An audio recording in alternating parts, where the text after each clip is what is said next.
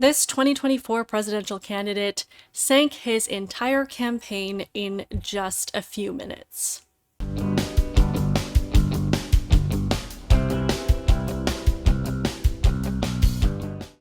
Welcome to my channel, Outspoken Samantha. If you are new here, welcome. Be sure to hit that subscribe button. And if you're returning, welcome back. I truly appreciate your continued support, and I hope that you are subscribed as well, particularly if you are watching on Rumble, because we do need to support platforms that support free speech, and YouTube is just not that. So a couple of days ago, Blaze TV hosted this amazing summit where they had all of the 2024 presidential candidates sit down with Tucker Carlson to ask them questions about their positions on things, to give them really intense questions about the things that they stand for and what they plan to do should they be the next president of the United States. And honestly, this should be the format going forward for all presidential elections. There's no softball questions. There's no letting people get away with not answering the things that they're asked. And we really get an idea of who it is that we're voting for, which, mind-blowing, that's exactly what we should have at our fingertips before we go to fill out our ballots. So if you don't know who Asa Hutchinson is, I believe he was the former governor of Arkansas. Sarah Huckabee Sanders is now the governor there, which I think all of Arkansas is really grateful for. But Tucker Carlson sat down with him and, asked him some really important questions, particularly when it comes to the issues of gender ideology and this trans movement and all of these things, because it sounds like Asa Hutchinson recently vetoed a bill that would have made it illegal for minors to get what the left likes to call gender affirming care. And he tries to justify this action, but everything that he says in this interview, in this brief, 8-minute exchange, really outlines the issue that we have when it comes to people and their understanding of gender ideology and what it does, because they do think that there are certain aspects of it that are benign, that are harmless, that, really, that we don't need to pay attention to.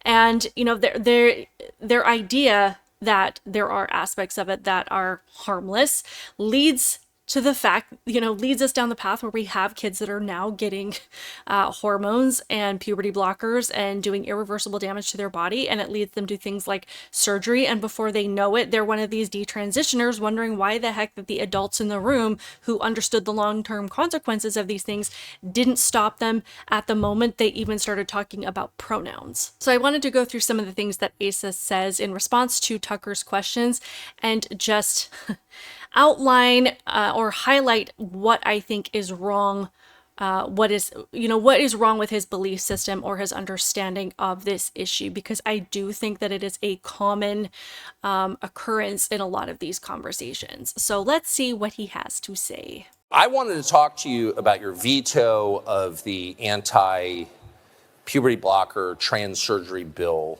in April of 2021. At the time, you said that the bill was extreme and that it would interfere with the treatment of minors seeking to transition from male to female or female to male. Given, and I'm not attacking you for it, but I am asking if in the subsequent 2 years you've had rethinking of that. Have you reassessed your view on it since then? Well, first of all, I want to ask you, how many of you all are parents in this room? I'm a parent as well. And what I believe in is that parents ought to raise their children. I believe that parents ought to be in control, and I also believe in the Constitution. I believe that God created two genders, and that there should not be any confusion on your gender. But if there is confusion, then parents ought to be the one that guides the children. That, to me, is an important fundamental principle. Now, obviously, you could take it too far, and if there would have been a bill that said you should not ever have transgender surgery as a minor, I would sign that in a minute, because no parent should be able to consent to that permanent change.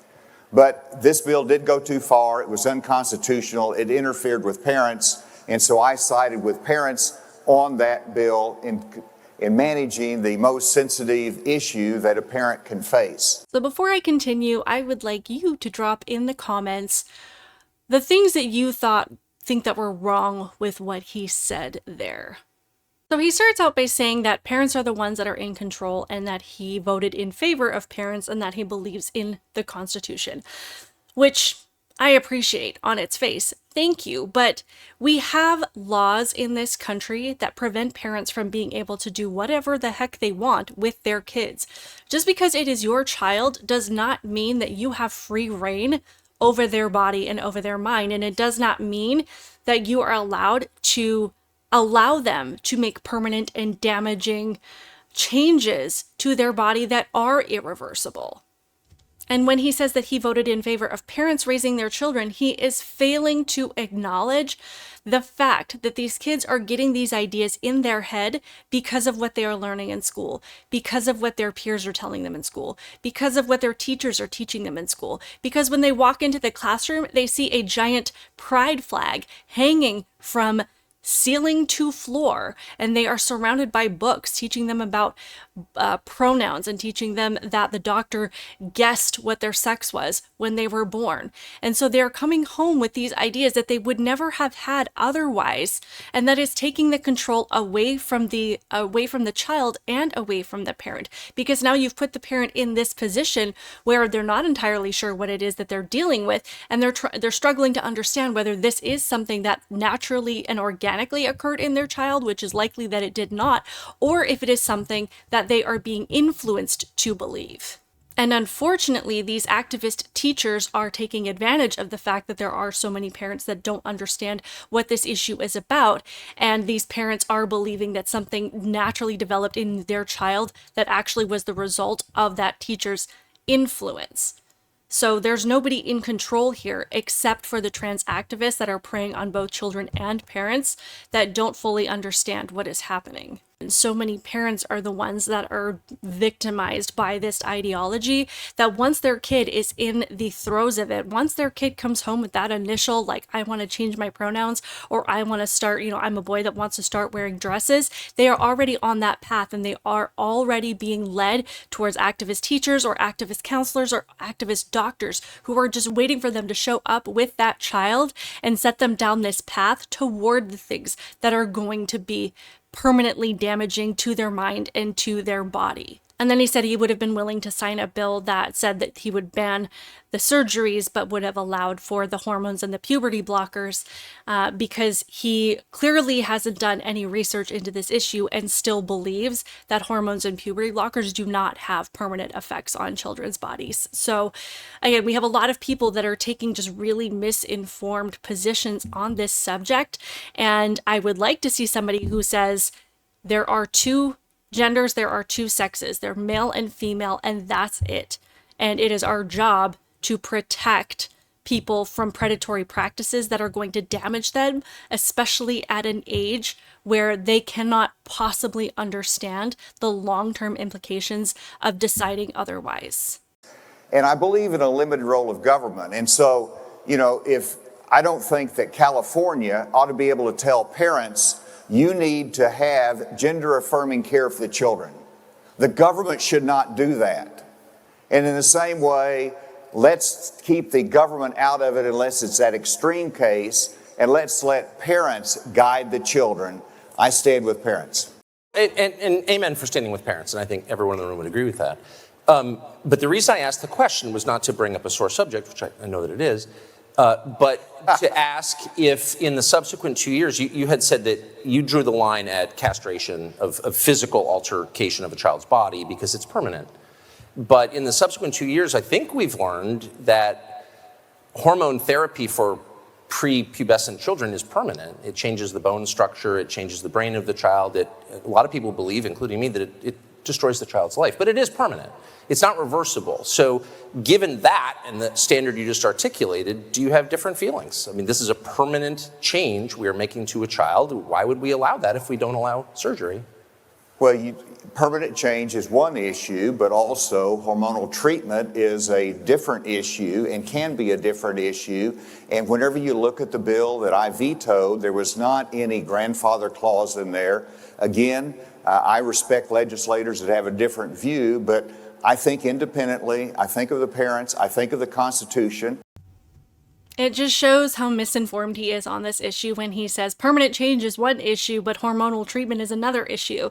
Did you not hear Tucker just explain to you that as we have learned more about what these treatments are doing to kids, what these hormones and these drugs are doing to children, that they're, decreasing their bone density and they're causing all kinds of other issues that are not reversible, then clearly when we talk about hormones and puberty blockers and we're talking about surgeries, we can lump them in together because these things are permanent, and he doesn't seem to be listening very well on that.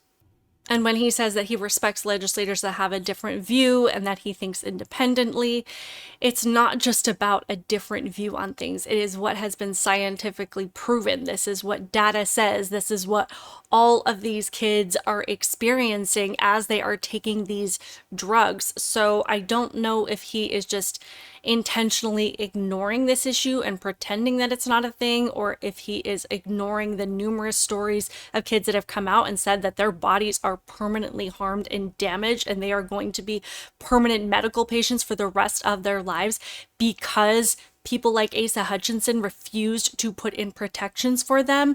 I don't know, but it just, we can't have people like Asa going in there and pretending to run as a GOP candidate and be so completely ignorant of what is really happening.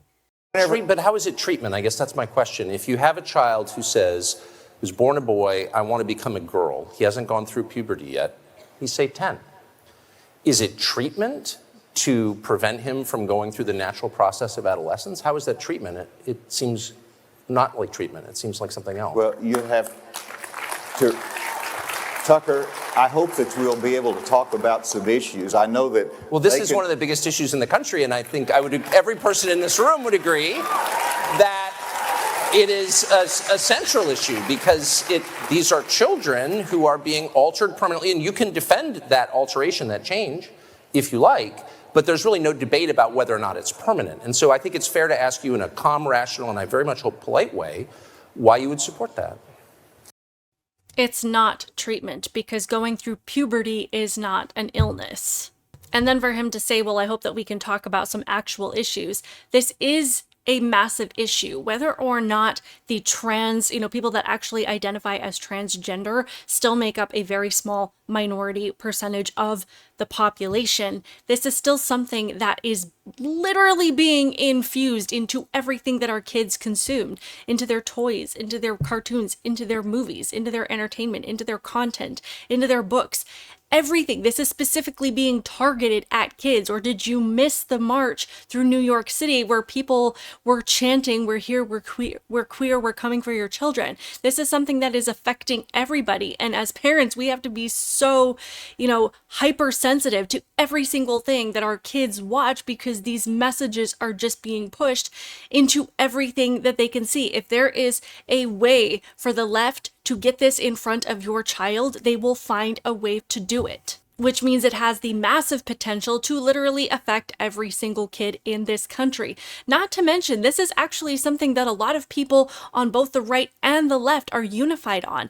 People don't want to see kids, sitting in front of drag queens that are simulating sex acts on stage. People don't want to have this stuff pushed on their kids through books and movies and cartoons. People want to be able to take their kids to a theme park or to the movie theater without worrying about some kind of underlying woke message being pushed in front of them unknowingly and then having to explain things that they didn't want to have to explain in the first place.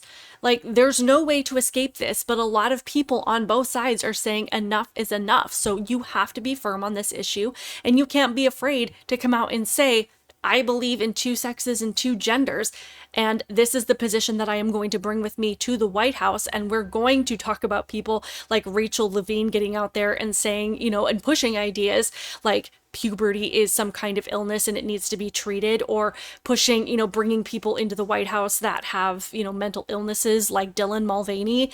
And we're going to stop that. We're going to restore sanity, and we're going to start really, truly protecting kids from this predatory ideology. I didn't say what I supported, I said what I vetoed. And whenever you look at children and what they're challenged with in life, I think it's important that in the most sensitive issues that parents are able to guide them through that challenge. And so I don't like the schools pushing transgenderism. I don't want the schools, for example, when President Obama issued the order from the Department of Education that you ought to have bathrooms in the schools that the children can choose what their gender is and go to which bathroom they think they are that day. I said that is not consistent with the law. I said that... Wait, but but you said that children should be able to choose their gender and their parents should be able to affirm that, and the state has no role in getting involved. So how is that different? You're saying that a child shouldn't be able to choose a bathroom, but he can choose his sex? I don't understand. Let me finish what I said. Let me finish. Oh, I hope you will. If you don't mind. Well, please do. And the finish is that I told Obama they were wrong. I said it publicly that the school districts can ignore that guidance. And so that's where I think the government should not be pushing an agenda in our schools. And that's what I oppose. And so I want the government to stay out. I want the parents and communities and our faith to guide us through these difficult decisions. And I think you're a person of good faith, and I'm not attacking your motives at all. I'm just trying to get to what they are. And I will stop with this. But you have repeatedly described delaying a child's natural progression from childhood to adulthood through adolescence. You described that as, quote, treatment. And so that raises clearly you've answered the question. You believe it's treatment. You believe, I suppose, that people can change their sex. Because if you don't believe that, you wouldn't call it treatment, would you?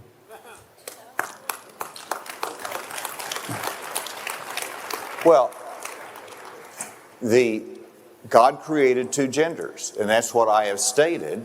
And whenever you look at the decisions on that, no, I don't support that. I wouldn't make that decision in my family.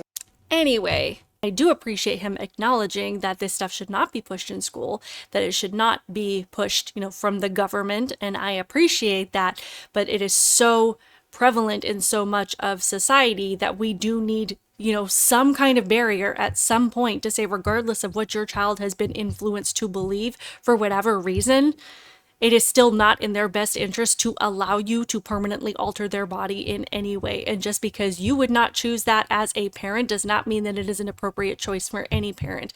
Just because you would choose not to hit your child does not mean that it's appropriate for any parent to hit their child or to beat their child or to starve their child.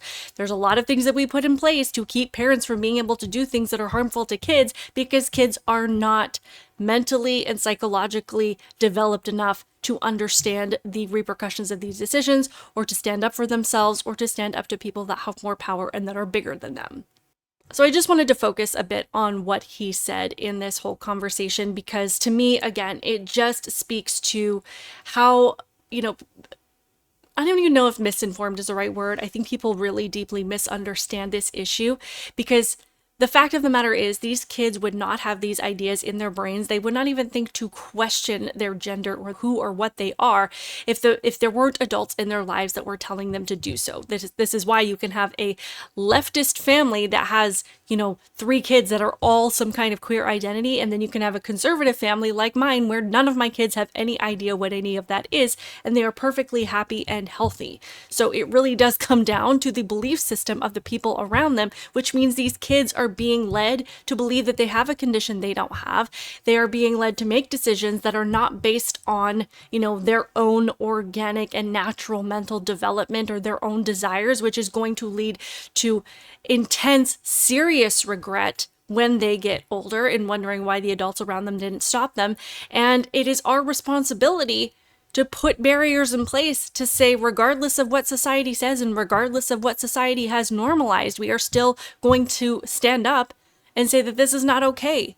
Because since the beginning of time, we have all understood that kids need to be protected and not preyed upon. So I just wanted to touch on that particular segment of this summit between Tucker Carlson and Asa Hutchinson. Like I said, I don't think that this man stood a chance of any hope of ever becoming the nominee for anything. Like, we all know that that's just not going to happen.